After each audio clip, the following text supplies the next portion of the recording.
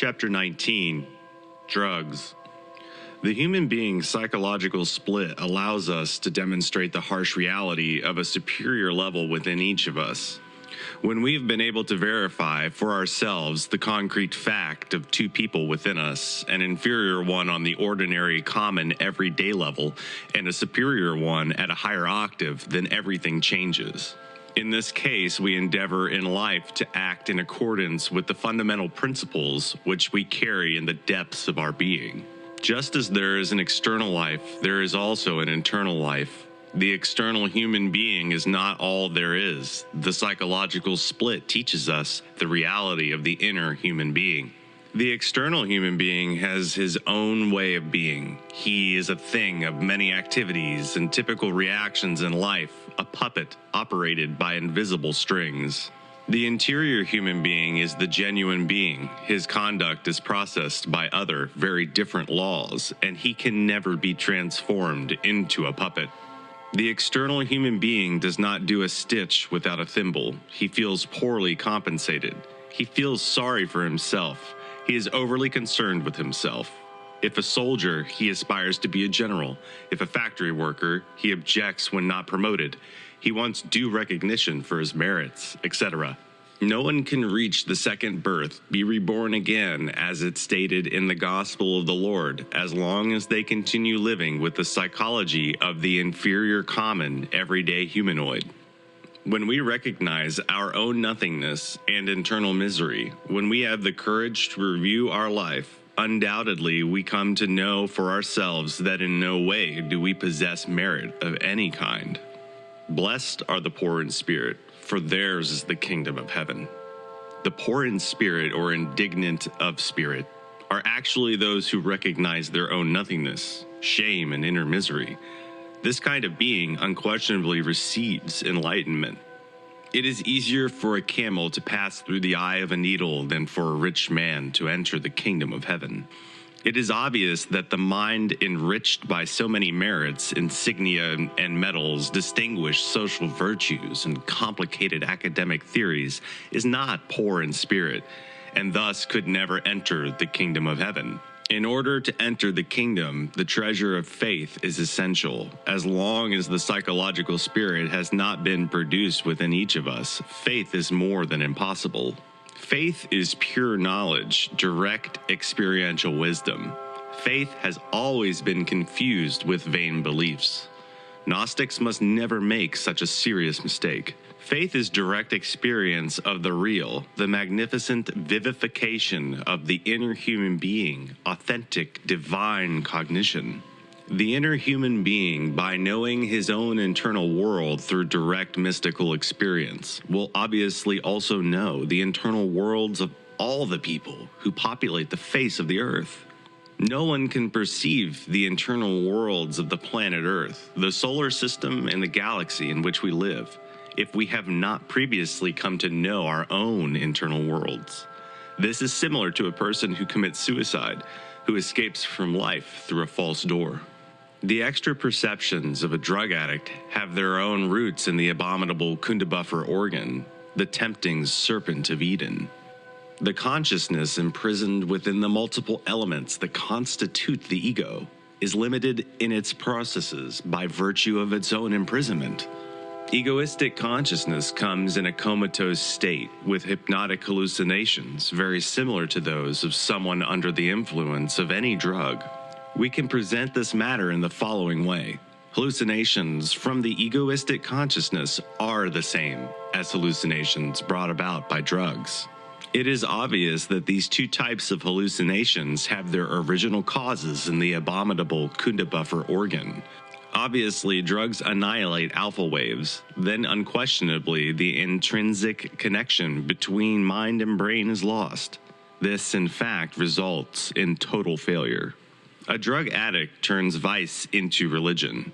Being misled, he thinks he experiences what is real under the influence of drugs, unaware that the extra perceptions produced by marijuana, LSD, morphine, hallucinogenic mushrooms, cocaine, heroin, hashish, tranquilizers, in excess, amphetamine, barbiturates, etc., are merely hallucinations produced by the abominable Kunda buffer organ. Drug addicts devolve and degenerate in time. In the end, they are submerged permanently within the infernal worlds. Chapter 20. Inquietudes. There is no doubt that there is a big difference between thinking and feeling. This is indisputable. Among people, there is great indifference. This is the coldness of that which has no importance, of that which is superficial. The masses believe things of no importance to be important. They suppose that the latest fashion, the newest model car, or the question of basic salary is the only serious matter. They call serious the daily newspaper, a love affair, a sedentary life, a glass of alcohol, horse racing, bullfighting, car racing, gossip, slander, etc.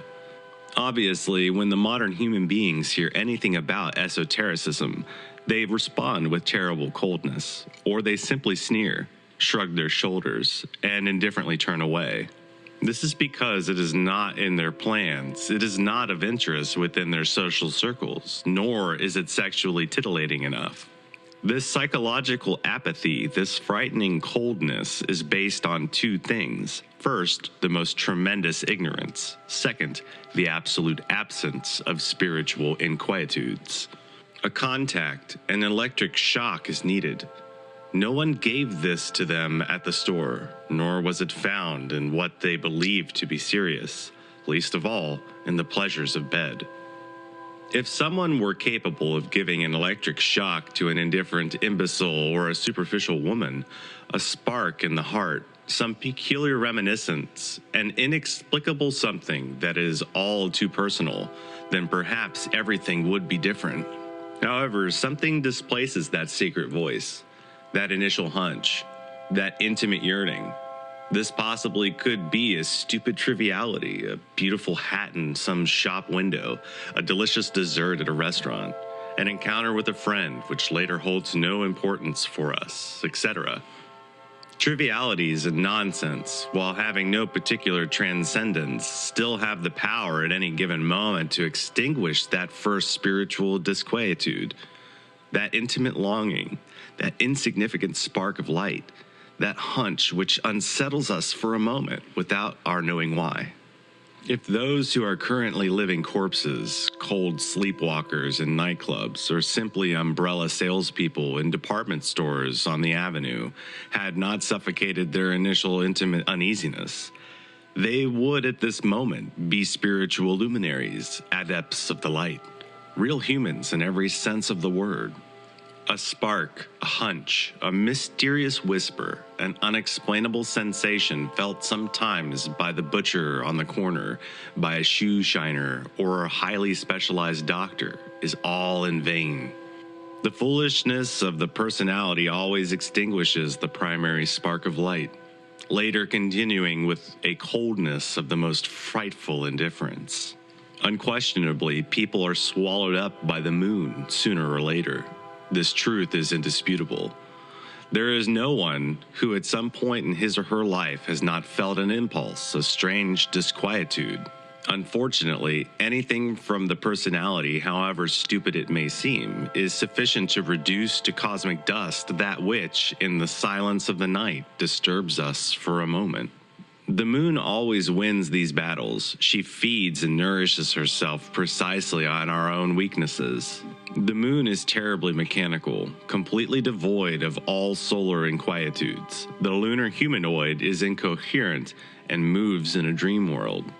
If a person were to do what no one does, which is to revive the intimate uneasiness that arises, perhaps in the mystery of some night, there is no doubt that in the long run, such a person would assimilate solar intelligence, and as a result would become a solar human being.